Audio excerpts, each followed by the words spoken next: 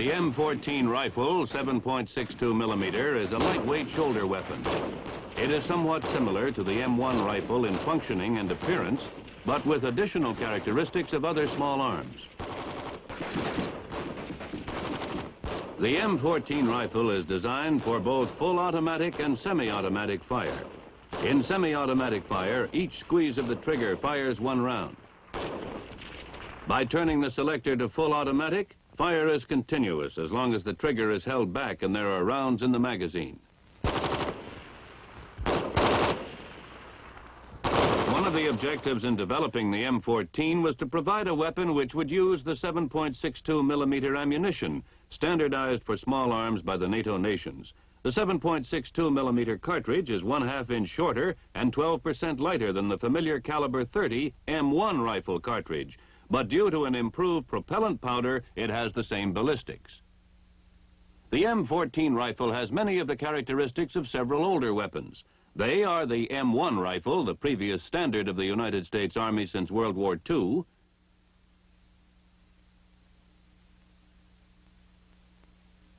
the Browning automatic rifle, the carbine, and the submachine gun M3A1. The M-14 rifle will, in time, replace these four weapons. The adoption of the M-14, one basic weapon, greatly reduces logistical problems. Moreover, it reduces time for training the user and small arms maintenance personnel. The new weapon has a 20-round magazine which is quickly and easily replaced. Before removing an empty magazine, the safety is placed on safe. The empty magazine is removed and a loaded magazine is snapped into place so that it is engaged by the rear of the operating rod spring guide and the magazine latch. Now allow the operating rod spring to force the operating rod forward, carrying the bolt with it, to chamber the first round and lock the bolt. The rifle is now cocked and ready to fire when the safety is off.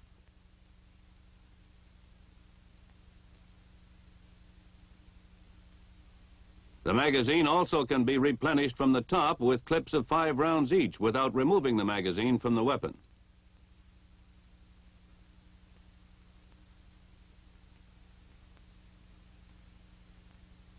To speed up the loading operation for continued firing, the bolt is held to the rear automatically for reloading after the last round in the magazine is fired. This is accomplished by the upward pressure of the magazine follower, forcing the bolt lock into position in front of the bolt. This holds the bolt to the rear while the change of magazine takes place. By pulling slightly to the rear on the operating rod, the rifleman allows the bolt lock spring to expand, pivoting the bolt lock out from in front of the bolt. This also releases the operating rod. As the operating rod is released, it is driven forward by the expanding operating rod spring, taking the bolt with it. The bolt strips the first round from the magazine for chambering.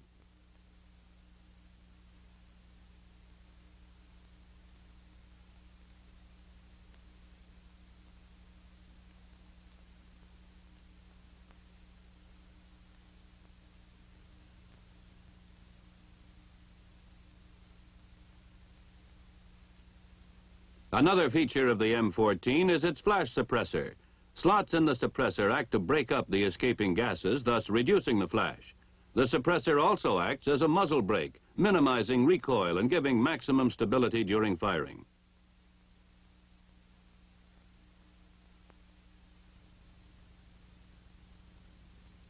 This is the way the flash suppressor works. Gas strikes the wide bottom rib of the flash suppressor and exerts downward pressure to keep the rifle stable during firing. Of course, gas escapes in all other directions too.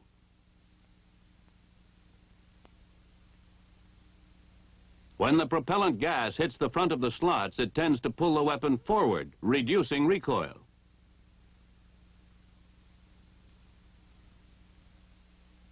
By disassembling or field stripping the weapon, you will become familiar with the parts.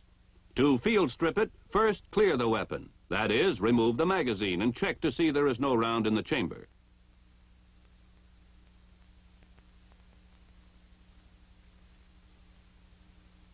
Put the safety in the safe position. Turn the rifle upside down with the muzzle pointing to your left. To remove the firing mechanism, grasp the rear of the trigger guard and pull to your right and pry upward. Then swing up the trigger guard and lift out the firing mechanism.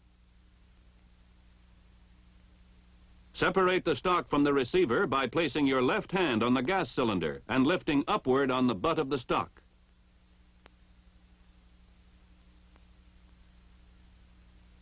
The rifle is now field stripped into its 3 basic groups.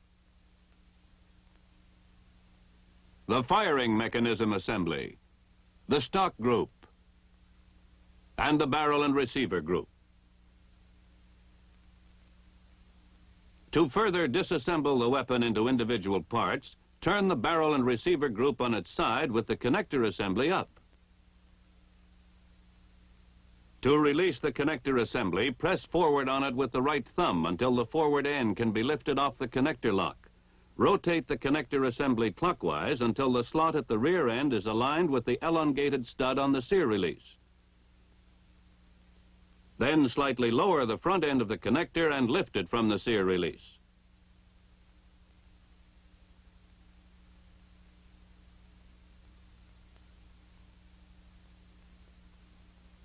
To remove the operating rod spring and spring guide, pull forward on the operating rod spring, relieving pressure on the connector lock.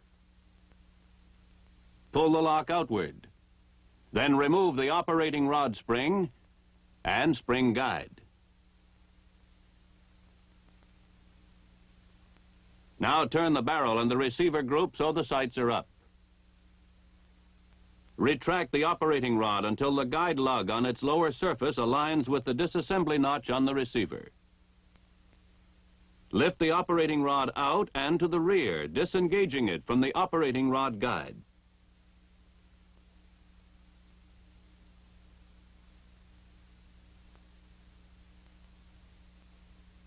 Then, to remove the bolt group, grasp it by the roller, and while sliding it forward, lift it upward and outward to the right front with a slight rotating motion. The barrel and receiver group is now field stripped into the connector assembly, the operating rod spring and guide, the operating rod, and the bolt. These basic groups may be further disassembled if required. The rifle is assembled by reversing the procedure. After reassembly, the rifle should be hand-operated without ammunition to check for freedom of action of the components.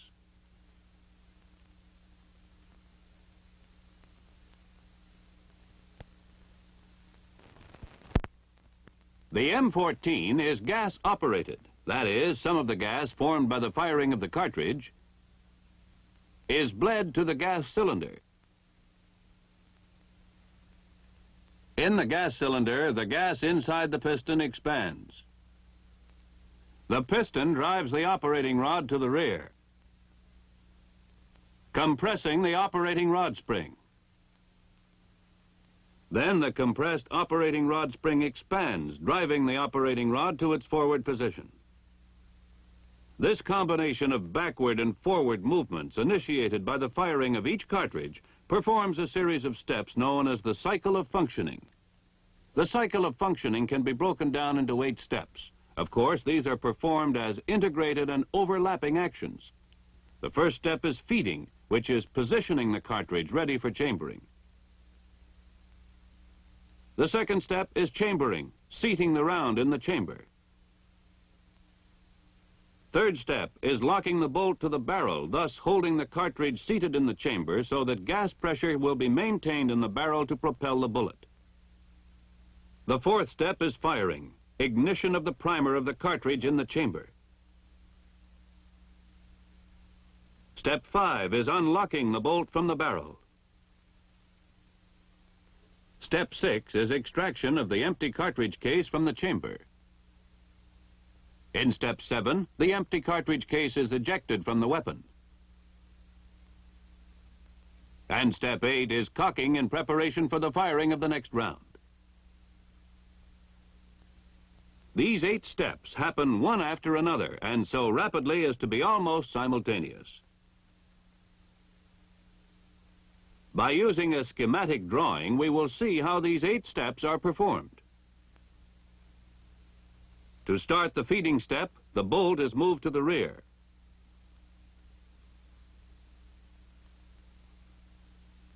A cartridge from the magazine is fed into position for chambering by the spring-loaded follower in the bottom of the magazine. On the forward movement of the bolt, the hammer is cocked and a cartridge is stripped from the magazine. The cartridge is chambered. The bolt is locked. The rifle is now cocked and ready to be fired when the safety is off. By pressing the trigger, the hammer is released, firing the cartridge.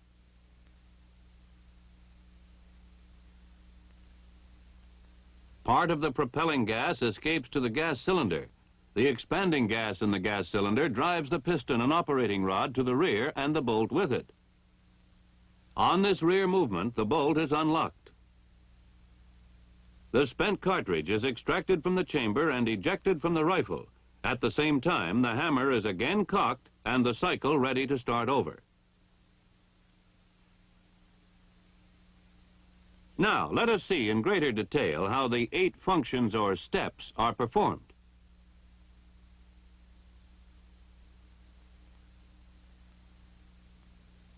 When we move the bolt to the rear, by hand initially, the bolt clears the top cartridge in the magazine. The magazine spring exerting pressure against the follower forces the top cartridge up in front of the bolt in position for chambering. Let us look at it again.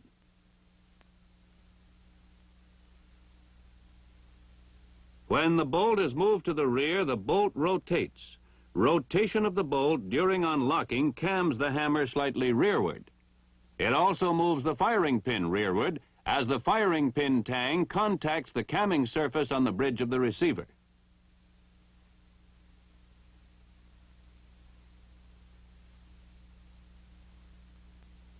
As the bolt continues to the rear of the feed rib on the bottom of the bolt forces the hammer to the rear and down, pivoting the hammer on the hammer pin.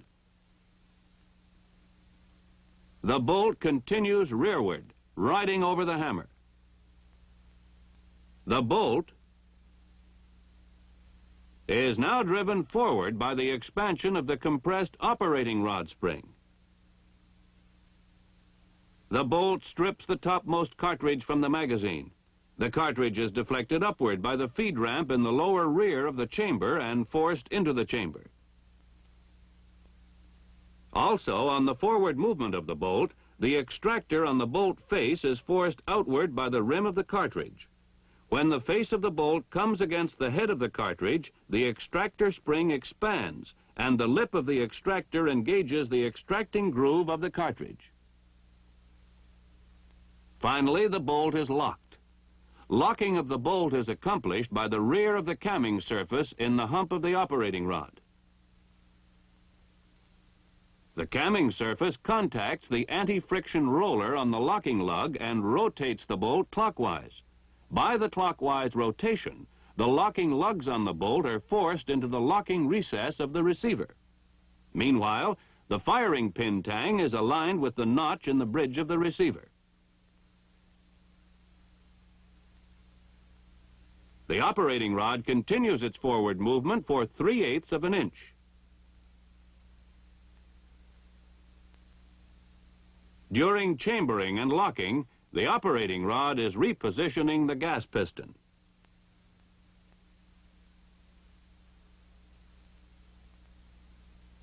With the first round chambered and locked, the next step is firing. Firing, of course, is initiated in the firing mechanism assembly.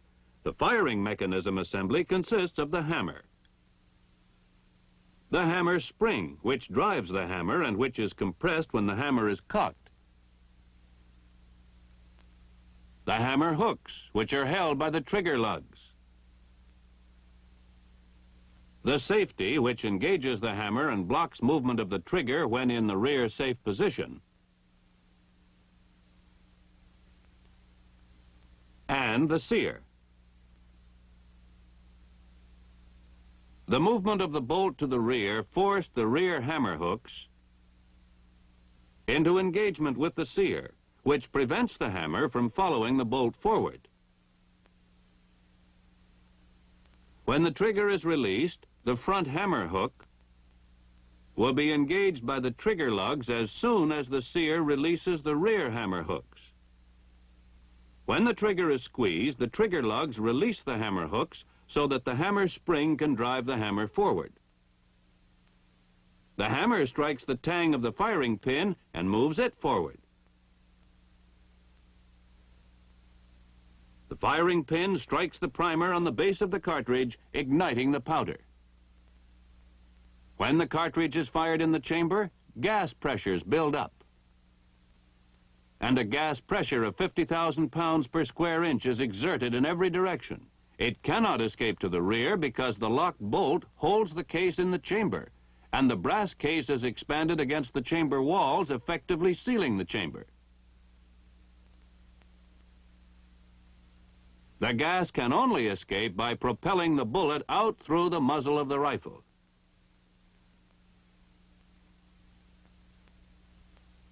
Near the muzzle is the gas port in the barrel, and as the bullet clears the gas port, part of the gas is bled off, entering the gas cylinder and piston. As gas enters the piston, it expands into the gas cylinder plug.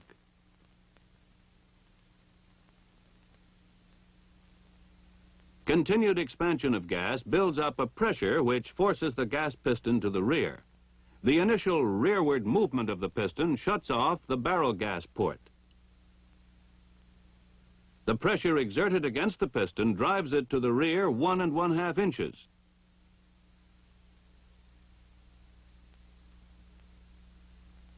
As the piston clears the lower gas port in the gas cylinder,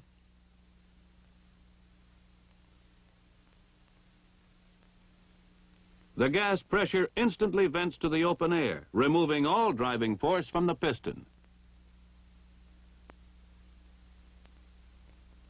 During the 1 1/2 inch movement of the piston rearward, the piston is forcing the operating rod to the rear. After completion of piston travel, the force of inertia causes the operating rod to continue to the rear until the termination of recoil. Recoil ends when the shoulder of the operating rod contacts the front end of the receiver. The operating rod spring now expands and forces the operating rod forward in preparation for firing of the next round. In the forward movement, the front end of the operating rod repositions the gas piston, which comes to rest against the gas cylinder plug. To see how unlocking was accomplished, we will repeat the action. When the operating rod moved rearward, it accomplished several things, the first of which was the unlocking of the bolt. Before the bolt starts to unlock, the operating rod permits 3/8 of an inch of free travel to the rear. This is a safety factor, permitting the bullet to leave the muzzle and gas pressure to subside before unlocking begins. This prevents gas from blowing back into the rifleman's face when the bolt unlocks. At the completion of free travel, the front of the camming surface in the hump of the operating rod comes in contact with the anti-friction roller on the right locking lug.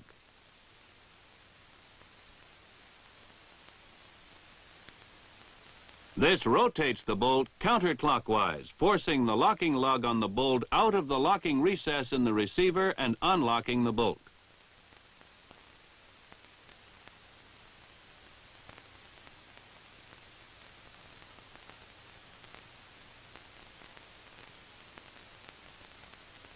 While the bolt is being unlocked, slow initial extraction takes place. The rim of the cartridge case is gripped firmly by the extractor. A slow twisting pull called slow initial extraction is imparted by the rotating bolt.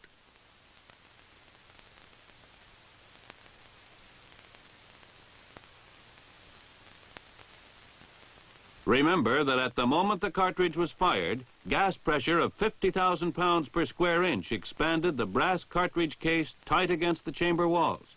It also forced the head of the cartridge case against the face of the bolt.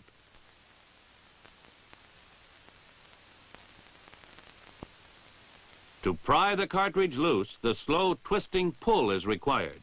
It begins just before unlocking is completed. The corresponding radii of the locking lugs on the bolt and the locking recesses of the receiver, along with the rotation of the bolt, allow a slight rearward movement of the bolt. This rearward twisting action loosens the case in the chamber and causes slow initial extraction. When the bolt continues to the rear, following unlocking and extraction, the spent cartridge is ejected.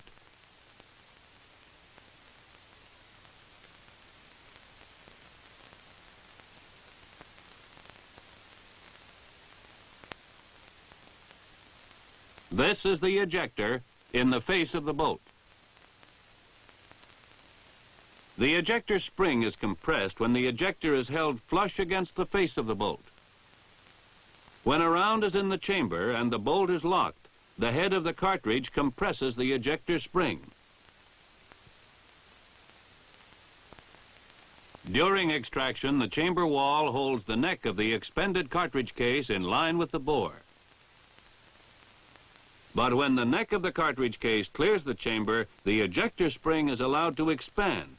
The ejector forces the empty cartridge case to pivot about the extractor, ejecting it from the rifle.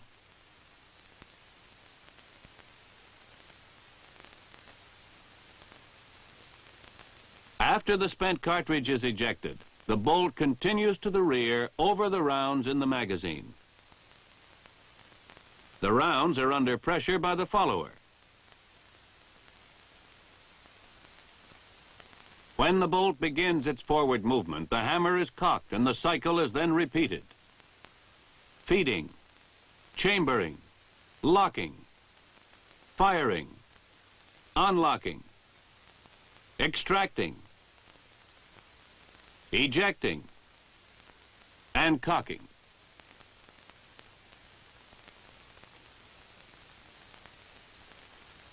The cycle of functioning we have demonstrated is the same whether firing is semi-automatic or full automatic.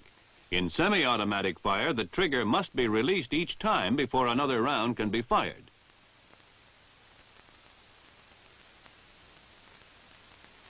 In full automatic fire, cartridges are fired continuously as long as the trigger is held to the rear.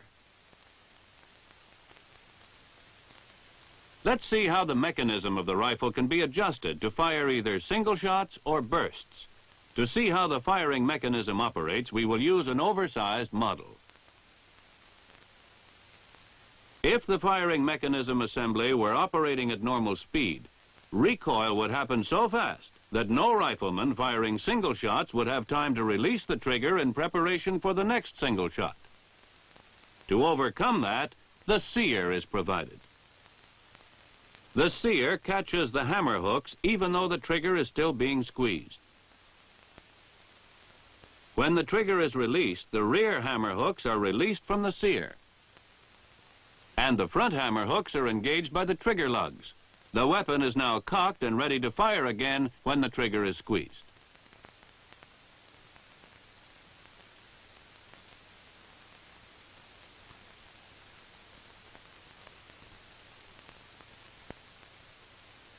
To achieve full automatic fire, there must be some way to trip the sear after the bolt is fully locked, while the trigger is being held back.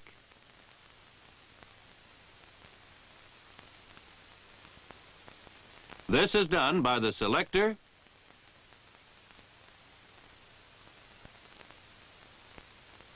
the sear release,